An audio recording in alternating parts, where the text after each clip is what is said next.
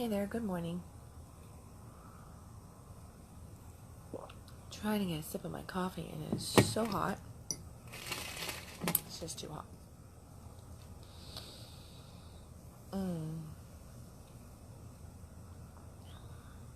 Well, I guess I should say happy Monday, right? Happy Monday morning. Hope y'all slept really well. Hope you had an orgasmic weekend. Yeah. So, I am coming from a place of a lot of really good, deep orgasm this morning. And I was sitting here just trying to feel into what today's topic was. And I was sitting here feeling in, I just kept hearing like this little tick off in the distance. I don't know what the heck it was, but I was hearing this little tick and I just kind of got into this little meditation. And I was feeling into myself and into my core. And I'm going, God, what are we speaking about today? And as I did that, I felt like I was just surrendering. And it was an interesting little half a second, literally, but I ended up just surrendering. But I surrendered because, alright, so this is TMI, but with me there's never any TMI, so here you go. I surrendered because about an hour ago, I had some really, really good sex, and I've had some really good sex all weekend long. And it's not just that friction-based sex, it was deep sex that basically brought up like cervical orgasms. And this is not going to be a conscious coffee on cervical orgasms, because that could be a whole nother thing, and maybe I'll teach on that a little bit in a quick video on Sexy Saturday or something, as I implement little videos back into my life here. But I've had a lot of good deep cervical orgasms, and the thing I love about the depth and the surrender of a cervical orgasm is that it keeps your body just kind of vibrating like this, and everything is moving through so well. And so as I sat here just for a moment saying, hey God, what are we talking about today? And I felt into myself some of the emotion from an orgasm that I had yesterday, which actually brought me to tears from the pleasure, from the depth, it literally like orgasm came up in my body and hit my heart yesterday and just made me cry a little bit. And it was a beautiful, beautiful event, and I love that when that happens. So I still have that kind of lingering in my body as well. And as I was tapping in and asking God this morning, what are we going to talk about? I felt that surrender again. Just felt it again. I could access it. I could go there so much easier than when I am not in that orgasmic state, when I have not had good actual like physical orgasm in my life. Now blend that with play, and I look at the weekend and I've had a lot of, not necessarily like play, but a lot of laughter, a lot of connection, a lot of movement, and some really good playful stuff too. Lots and lots of good playful stuff. And play kind of ignites us. It keeps us charged up, and it is a very connective thing. And if we do not have those kind of connections in our life, those playful experiences, then we just kind of get dead and dull. And then of course, the last topic here on my little thing on my title for today is criticism. So I'll get more into this as we go along, but so we've got the surrender that I've experienced from the orgasm, which allowed me to feel more surrender this morning, right? Just as I was tapping in to God, I was feeling it. We've got this playfulness that I've had going all weekend.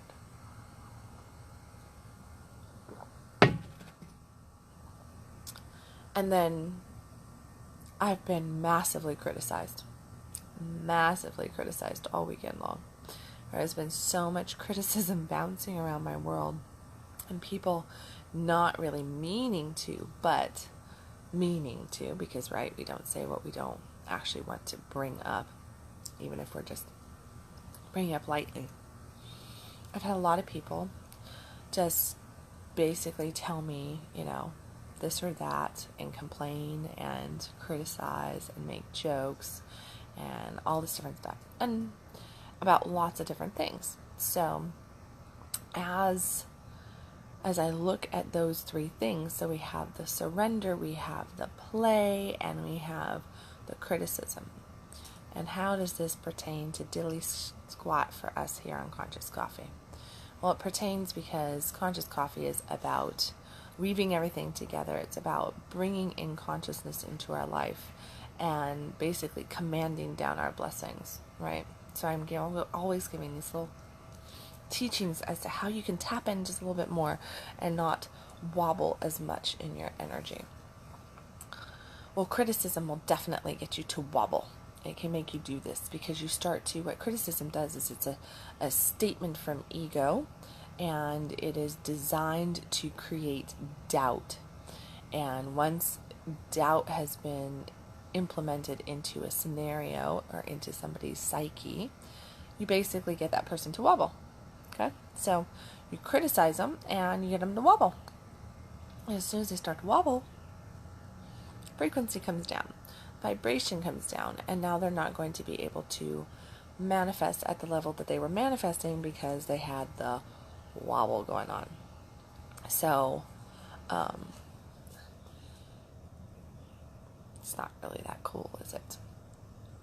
When we criticize, we actually kind of shoot people down. We shoot them down to their own success. We shoot them down to their own increased vibration. With that said, it is nobody's doing but our own. Should we tumble due to anything? If we wobble, if we tumble, if we step out of alignment, out of frequency, we have nobody else to blame but ourselves.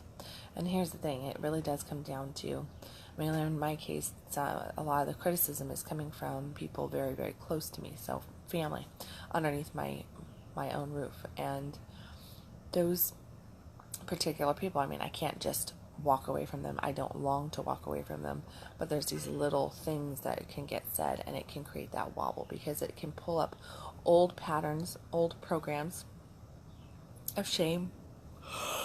Oh, excuse me. This is somebody else's fault. Yeah, see, I'm going to blame somebody. Not really. I just probably didn't sleep enough. Oh well. But when we have people really, really close to us and they do that, what it's doing and what I've been experiencing, noticing, and there's the ticket, okay? So the key to make it where you don't wobble as much is to become conscious, to notice, to be aware, to be the witness, whatever word you'd like to use there, of the criticism and what it is doing and how it is pulling up an old pattern, an old program, something that is no longer you, or maybe you haven't moved through it all the way, but you've moved through it mostly, and it's not something that serves you anymore, so you don't want it in your life. Because until you apply consciousness to it, you cannot eliminate it from your world. You cannot change the program, the pattern. When you are blind to something, you cannot change it. That's why they're called blind spots. And that's really what criticism and judgment and the things that the people in our life will do or we will do to others does, is it causes these old programs to pop up and become part of our here and now, part of the right now. And that can really be destructive.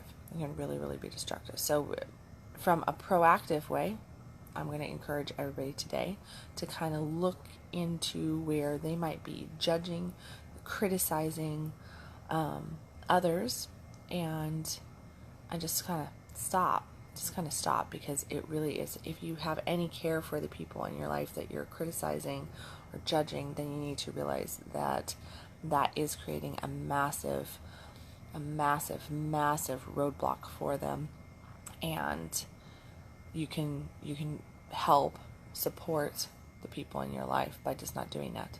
If you are the one being criticized, then what you have to do is you have to become consciously aware of the criticism and start feeling into the programs that that criticism or judgment is pulling up inside of you. So don't get mad about being criticized.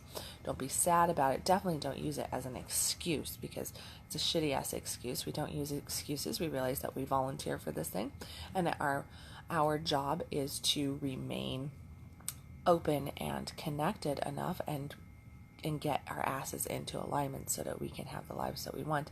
So we do this around the topic of criticism by becoming aware of the criticism, and then becoming aware of what program is opening up inside of us, so that we can key into that and say, how is this serving me? Why is this coming up?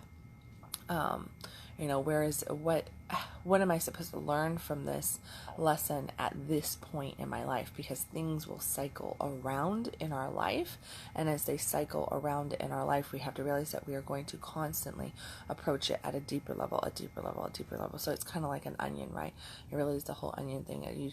You peel an onion one layer at a time. Well, we peel our stuff, our programs, our wounds, our pains, one layer at a time. So they're constantly being represented to us so that we can handle them as we are at an elevated, higher level. We can now look down at them and into them at different ways, so that we're going to access different things about them and heal at different levels, okay? So look at the programs, the thoughts, the feelings, the shit that a criticism mark can pull up in you, not as how dare you make me feel this way, or how dare you judge me, but as a thank you for helping reveal to me what is going on that I still have not healed, and how I can now heal it, giving me the opportunity to heal it at this new level, okay? And yeah, so there you go. That's the criticism thing. Hey, good morning, Michael. Morning, Steve.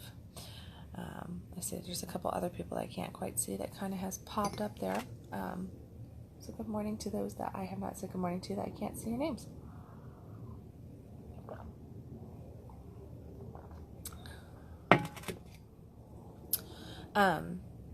So back to the more fun stuff, right? Criticism's not that fun. So, but there's what you have to do around it. Truly, there's what you have to do around it. And good morning, Brittany. When we talk more about like the play aspect, because we can talk about play is different for every single person. A lot of times, I mean, dealing with the sexuality world the way I have for the last 10 years, play typically means swinging or multiple parties and all that kind of stuff. That's not what I mean by play. I don't even mean play like sex. I mean, or really mean play as though play to each of us is a little bit different. It is something that brings us into a state of ease, of laughter, enjoyment, connection. Those are the words, or adventure can be there as well. Those are the words that you are looking for, that creative spark. Because when we think about children playing, when children play and they are doing things, what they are doing is they are in their own creation land. They are using imagination to create this play scenario.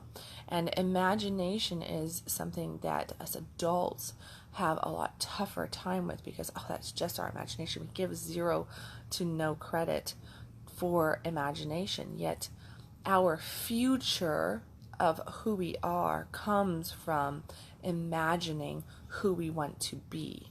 And if we don't tap into imagining who we want to be, and this is different than fantasizing. Fantasizing has this realm of, yeah, it's out here, but it's not possible.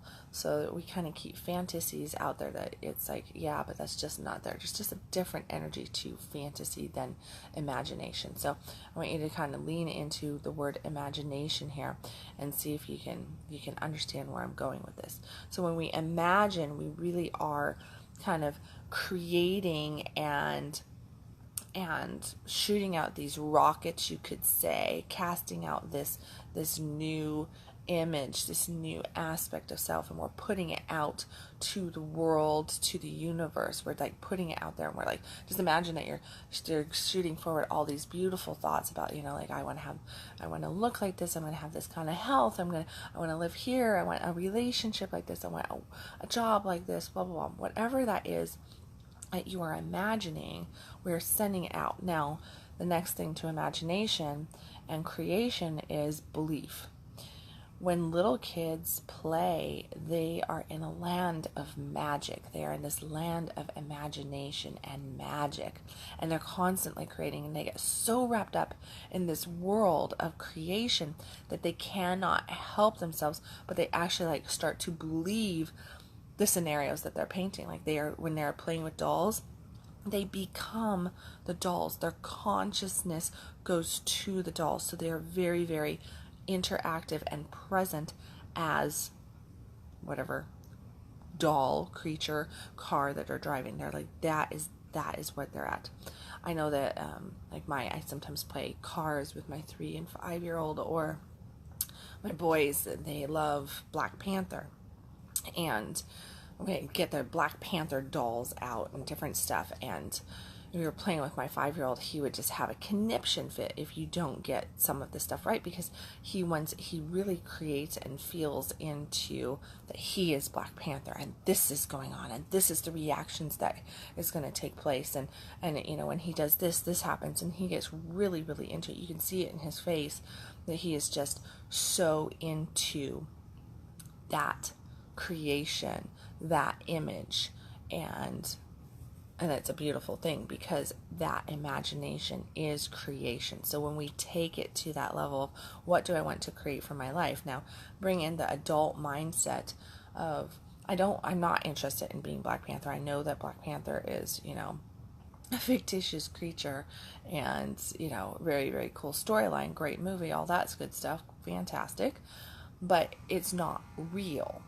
Now, what can I imagine from that real point? What is it that I truly, truly want? So if I say I want to imagine my, like a perfect scenario day, what would be the most ideal perfect day that I could create for myself? And if we sit with that, and we close our eyes, and we breathe deep into our stomachs, and we just feel into that, create that from the first moments of waking. You wake up, and what does that feel like? Do you just stretch in bed? Do you feel the sheets? Are the sheets nice and fresh and crisp and clean? Is there coffee waiting by your bedside? Is the sun coming in your window just a certain way? Really get into those details, because the more you get into those details as though they really are there, the more you are in true creation alignment. It is because you are feeling it as though it already is. Just like a small child playing with their toys, they are feeling the storyline as though it is, and they are creating as they go on that. So you just feed yourself into this perfect day. And what is that like? And I'm taking a perfect day. You can do this along anything, but I'm keeping it broad spectrum here, right? So if you look at the perfect day and you feed into that and that imagination, you can really start to tap into the emotions, the feelings, the sensations that you want to draw into your world. So when we imagine for the future, 6 months, a year, 5 years down the road, we kind of open up the catalog of the universe or our world, and we start ordering stuff. And we start imagining what it would be like to have this new thing. And we're putting in our orders. So as we're doing that, we are literally putting in our orders with the universe to call it into us, so that it is now part of our reality in the near future. That's why imagination is so important. That is where truly the play category comes in, because play is about creative energy, and we start to imagine, but then we have to have a state of play to really tap into that creation, which means that you can't be in a grumpy, pissy mood, feeling like shit, feeling down, and just going, oh God, I just hate Monday mornings.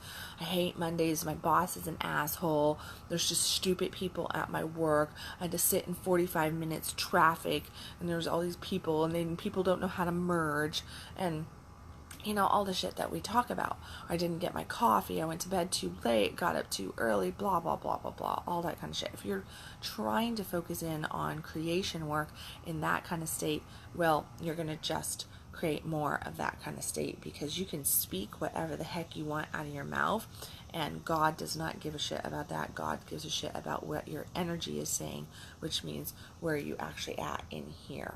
Where are you actually at in here? And if you are not at a good, open, surrendering state with play and connection, enthusiasm, joy, love, then, well, you're going to create more shit, and you got nobody to blame but yourself. So that is the importance of play, is because play allows us to open up and be joyous and be that little kid in the creation world, where we can really just tap in and allow things to happen, but we're manifesting through our imagination at the same time. You see, I'm kind of going backwards here, aren't I? I'm going criticism, play. Started, went that way, and now I'm coming back. So yeah, and then back to surrender we go. And, so pay attention to what the criticisms are giving you, those lessons, so that you can release that. Focus in on play, enjoyment, consciousness there, and let yourself really just enjoy life and imagine what you want, so that you can actually draw in a lot easier and quicker, and enjoy your life, to come from that place of enjoyment versus a place of stress and closed offness. And then surrender again. Surrender is one of those that I think that we have such a issue with, because the word surrender is one scary ass word. It is truly a scary ass word, because we go, oh my gosh, what does surrender mean? Does surrender mean that I just turn everything over and that I'm just a doormat? Does surrender mean that I need to just not give a shit as to what happens to me? Does surrender mean, what does surrender? So we go, you're going to surrender. Typically, we even use like the word, I'm going to surrender my car, I'm surrendering this, I'm surrendering that. It's like we're turning over, right? That's what the word means, is to turn over. So take it quite literally, to surrender. So if we were going to surrender our car to our loan company, let's say, then we would be turning over the rights, turning over that property to this company, right? So we are going to give up our rights to control, drive, and maneuver this vehicle. When we surrender ourselves to God, because that's truly what we're talking about here, is to surrender self to God. It means that we are turning ourselves over to God, and we are letting go and letting God. That does not mean that you're not in operation of your life, that you're not going to be driving your car around, meaning your physical being, your emotions, the things that you want. You're not going to just say, all right, God, I'm going to just jump into the flow and you can just run me over and it's okay. No. To surrender just means that you are opening up to that flow. You have put out there your intentions. You have told God exactly what you want. You have put your order with the universal catalog of life out there. And now you're just opening up and waiting for it to be delivered. That's pretty much the gist of it. You're just opening up and waiting for it to be delivered, which means you have to let go and let God. When we try to manipulate and control things, and we try to dictate a timeline to things, I'm going to push this, unless we feel a true sense of urgency, and it is not a mental sense of urgency, but a spiritual sense of urgency, which is a great big difference. If you're feeling a spiritual sense of urgency, then get the fuck in gear and go. If you're just going, no, I need to do this because I have to have this done by this time, I don't want to spend the rest of the summer working on this, blah blah blah blah, there's sense of urgency around it, that's more of a mind game, and that's not true. There are a lot of things in our world, we try to control it, we try to manipulate it around time and push things to happen, and that's exactly why they don't pan out the way we want them to, or there's so much stress around it, or it happens but then it doesn't hold for very long. It's quite literally that flash in the pan of creation. It's because we've tried to push where we shouldn't have been pushing. So surrender is not about pushing anything to happen. Surrender is letting go. It is a turning over of how it's going to happen and what timeline it's going to happen. We're just letting God decide all of that. We've told God what we want, and now we're allowing God to, we're unhandcuffing God. Instead of trying to say, do it this way, do it 1, 2, 3, we're just going, here you go. I surrender it to you. I surrender myself to you. I do this instead of doing this. Because when we do this, we kill our manifestation power. We kill our connection. We throw ourselves out of alignment and into a wobble, because when we try to control, we come at it.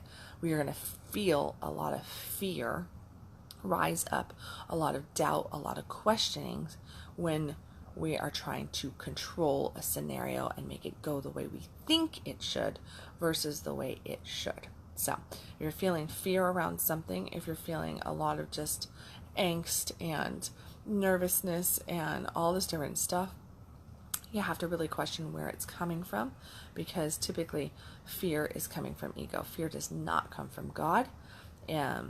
You're going to get peace and love and good stuff from God. And if we're fear-based, it normally means that we're trying to control the scenario. We're trying to make something happen that, or in a way that we want it to, or push it to happen at a time frame that we want it to, because we get around this whole thing of, I got to do it this way and it needs to manifest like this because I said. No, when you put your order in, you just said that you wanted that picture over there. So since you want that picture over there, you've got to now open up to receiving it. And God does work in mysterious ways, not in human ways. And that's what you have to remember. So surrender, surrender, surrender. Deeply important. Otherwise, you might get a taste of what you want, but it will only be a taste and you will not get the whole meal. And I'm pretty sure that everybody wants the whole meal and wants to enjoy it for a long ass time. So surrender is definitely the way to get it to come in and stay flowing in your life versus crashing and burning, and you only get that little sample of it. Have a sip of coffee here. See what? I am about 50% of the way through. It's not too late to sign up if you're interested. I am doing a 10-day intensive workshop here on Facebook called Stop Fucking Around. It is 10 days of alignment ass kickery, and I am giving 10 days of really powerful teachings on how to get in alignment and really create a space where you're not doing this wobble all the time, so you can work through, call in, and be a yes to your life and really create that fuck yes life. Make sure that you look for the link. I'll make sure that it is attached to this video here in just a second. Make sure that you are sign up for that class. You can get caught up on preliminary work. Everything is recorded, so you really have not missed out on anything yet. The course is going to be available for a little bit as we're moving through.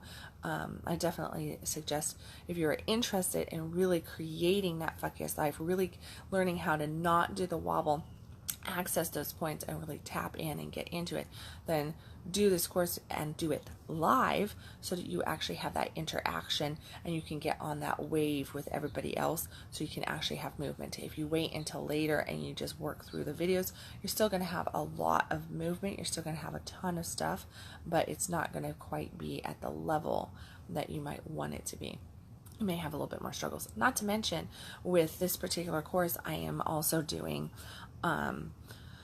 unlimited Facebook messaging coaching with the people that are in the course, so you have that opportunity to work with me one-on-one so that I can help you move through those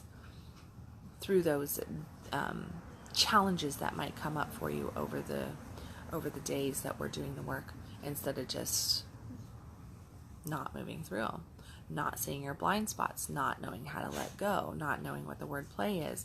And a lot of people go, I don't know how to play. Well, there are things that we can do that could be a little bit more than what I'm actually teaching in the course, that are more designed to your specific needs, that you're not going to get unless you access this course live, because the one-on-one stuff is not going to be available to those who are not accessing it live. Okay. So that's called Stop Fucking Around. 10 days of alignment ass kickery, and I really encourage you to check out the link on that, which will be posted here in just a second. And sign up for that class. Get in there. Today is day 5. The course is going to be open for a couple more weeks though, because we are actually going to be having, and here's a formal announcement, which is going to be coming out later today, where I'm going to be doing a couple bonus hot seat videos where there's going to be some questions and Q&A stuff that after we move through the whole 10 days, and people, I'm going to give them a couple days to give you a couple days to work through stuff. Then we're going to actually have a couple hot seat days where I'm going to be doing actual interactive of those questions. So as you've moved through it, you're going to come up to some roadblocks and you'll be like, hey, what's going on here? And we can actually really just work through that. And it's going to be a very, very, very powerful few trainings at the end of this as well. All right, so I think that's it. I think that's it for right now. Yep, that's it. Okay, guys, go have a fantastic fucking Monday morning. Don't let this be a, oh God, it's Monday. Let it be a, oh God, it's Monday. Woohoo, let's get cranking. Let's have some fun. Let's start living. And as I always say, stop existing, start living. And I will catch you tomorrow around 6 a.m.-ish. Okay, bye, guys.